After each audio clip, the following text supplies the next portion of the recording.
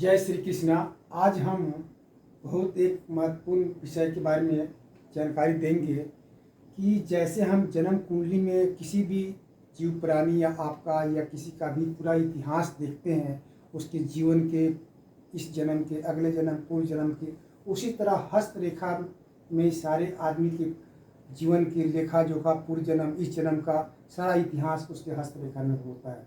तो आज हम हस्तरेखा के बारे में कुछ थोड़ी जानकारी दे रहे हैं कि हमारे हस्तरेखा में हमारी रेखाएं क्या कहती है, क्या किस तरह की रेखा। तो सारी जानकारी तो हम लंबा वीडियो हो जाएगा, एकदम से नहीं दे सकते। तो थोड़ी सी हम आज जानकारी दे रहे हैं कि अपने हाथ की रेखा जो होती है, हमारी हस्तरेखा होती है, दोनों हाथ की अंगुली की रेखाओं को जो है ये देखना है कि अगर आपकी हस्तरेखा, जो ये हस्तरेखा है देख रहे हैं आप, अगर अंगुली में आपके, हमारे हाथों की रेखाओं में सभी रेखाएं होते हैं, सारे इसके कर्मों का, जितने जीवन में जो कुछ पूर्व जन्म, अगले जन्म में क्या होता है, इस जन्म में करेगा, उसकी सारे इतिहास इसी हस्त की रेखा में होती है। जैसे हम कुंडली में उसके पूरे इतिहास को देखते हैं, उसके पूरे जीवन को देखते हैं कि वो जीवन में क्या करके आया है पूर्व जन्म में और अभी क्या करेगा, उसी तरह हस्तरेखा में भी होता है। तो हस्तरेखा की जानकारी थोड़ा हम आज आपको दे रहे हैं कि अगर हस्तरेखा में आपकी अंगुली में, हमारे हर व्यक्ति की अलग अलग उंगलियों में चक्र होते हैं और शंख होते हैं। तो अगर आपके 10 उंगली में, 5 उंगली, हमें दोनों हाथ की मिला करके 5 उंगली में अगर शंख हो या चक्र हो तो उसका क्या फल मिलता है, उसी विषय में हम आज थोड़ा जानकारी आप दे रहे हैं कि हस्तरेखा के माध्यम से।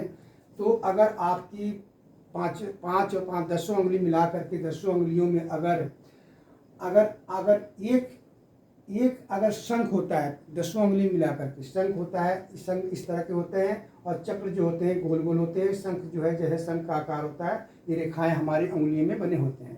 तो अगर पूरे 10 उंगली में सिर्फ एक ही शंख है तो वो व्यक्ति जो है कैसा होता है, वो अध्ययनशील होता है, पढ़ने लिखने में उसका मन ज़्यादा लगा रहता है, हमेशा उसको ज्ञान प्राप्त करने की उसको लालसा बनी रहती है, कोई ना कुछ पुस्तक पढ़ता रहता है। अगर उसके पूरे दोनों हाथ के मिलाकर के, दोनों उंगलियों मिलाकर अगर उसके 4 शंख है, अगर उसके दोनों हाथ 10 उंगलियों में मिलाकर के 4 शंख है, बाकी चक्र है, तो वो व्यक्ति जो है राजा होता है। अगर उसके 5 शंख है तो जो है प्रभुता संपन्न होता है। अगर 6 शंख है तो बड़ा भारी विद्वान होता है।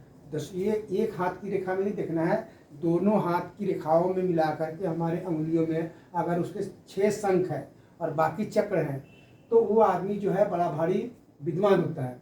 अगर 10 शंख है तो मनुष्य जो है अपने समाज में जहाँ भी है, जिस पद पर है, उसमें वो राजा होता है, राजा समान होता है।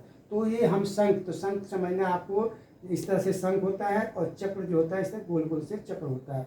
उसी तरह अगर आपके, अब बाकी जो है, अगर 3 2 7 की संख्या में है तो अगर 2 3 7 की संख्या में दोनों हाथ की उंगलियों को मिलाकर के संख्या में शंख है तो वो शुभ होता है, समान होता है, विशेष शुभ फल नहीं देता। वो आदमी का जीवन, वो आदमी आज ज़्यादा लकी नहीं होता। उसी तरह अगर चक्र जो है हमारे दोनों हाथ की मिलाकर के, अगर दोनों हाथ में एक ही चक्र है, किसी के हाथ में एक ही अंगूठे में चक्र होते हैं, बाकी में चक्र होता नहीं, शंख होता है।